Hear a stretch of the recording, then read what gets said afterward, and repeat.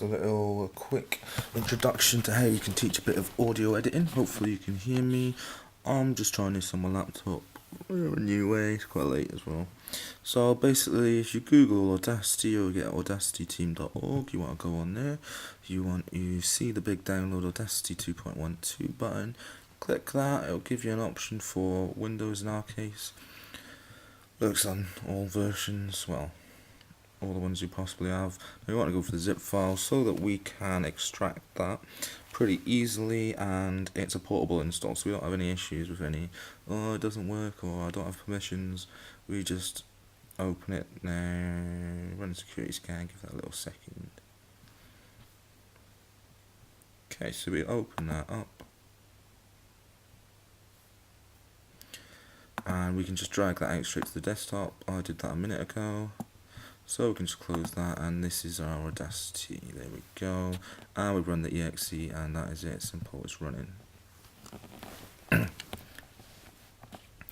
so the first time you'll get a splash. I've just said, yep, default, fine, carry on. Don't show me that again.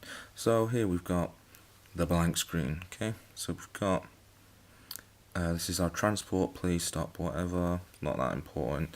Basically, if you press record, it'll insert a new track for you and it will start recording. If your laptops they're using have got microphones, as the case is in the high school, easy peasy, it just works straight away. If not, then we can import sound samples. A good site is archive.org, and there are all sorts of free and copyright free and readily available sound samples, classic radio, bands and stuff like that you can get on there. You can download them. You just go on the audio button and you go to all audio and you cruise about and find something, download it, and to import you simply drag and drop. So if my WAV file was on the desktop, I just grab it, drag it and drop it into my Audacity. So I'm going to take it as if we can just record. I hit the record button and we can see the waveform forming as I'm speaking. So silence and then speaking again. And if we do something loud like a clap, 1, 2, 3, then we can see a spike, and it's very easily identifiable. So space will play and pause and stop. Okay, so let's play that back. And we can see the waveform forming as. Okay, so if I just play there, it sounds like I'm saying Foreman, like George Foreman, as I'm speaking. Oh, maybe about there. Foreman, George Foreman. Okay, so we can see as I'm speaking the silence versus the speech versus a peak of volume. Okay, so if we select all this, we can hit delete. That just removes the bits we don't need. We can select all this, just hit delete. That gives us just the clap on its own. We go back to the start, we hit space, clap. So we can Control A, select all, Control C, copy, Control V, paste. Just click into the space, Control V, Control V, and we'll have a sort of proto beat going here. So let's have a listen. Okay, so that's a little bit of stuff there. If we hit record now, it should do a new track automatically. So this is an interesting piece of monologue over the top. Let's play the whole lot, and you'll get like a boom, boom, boom in the background. So this is an interesting piece of monologue over the top. So that's 2 tracks layered. We've done editing, we've spliced, we've removed parts, and we've identified peaks and where there's silence. So whatever part we select, we can go to our effect, we can apply something like reverse. Okay, and straight away we can see the difference. The shape of the waveform is clearly different just visually. We'll play that in a bit. So this is an interesting piece of monologue, that classic reversal sound. So clap, I want it to be a little bit quieter, so here's the volume thing. We can pan it left and right using that, and we can drag these up and down just to see what we want.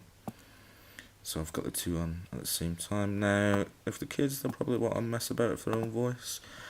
So if we go to,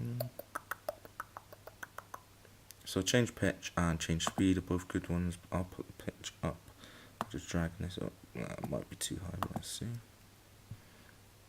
Play. So this is an interesting piece of monologue over the top.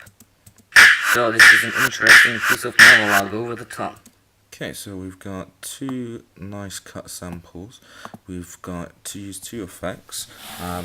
So if you're wanting to do it at the start and the end as well, you can do effect, which is fade in and fade out. So if I select that, do a fade in, easy, do that, do a fade out.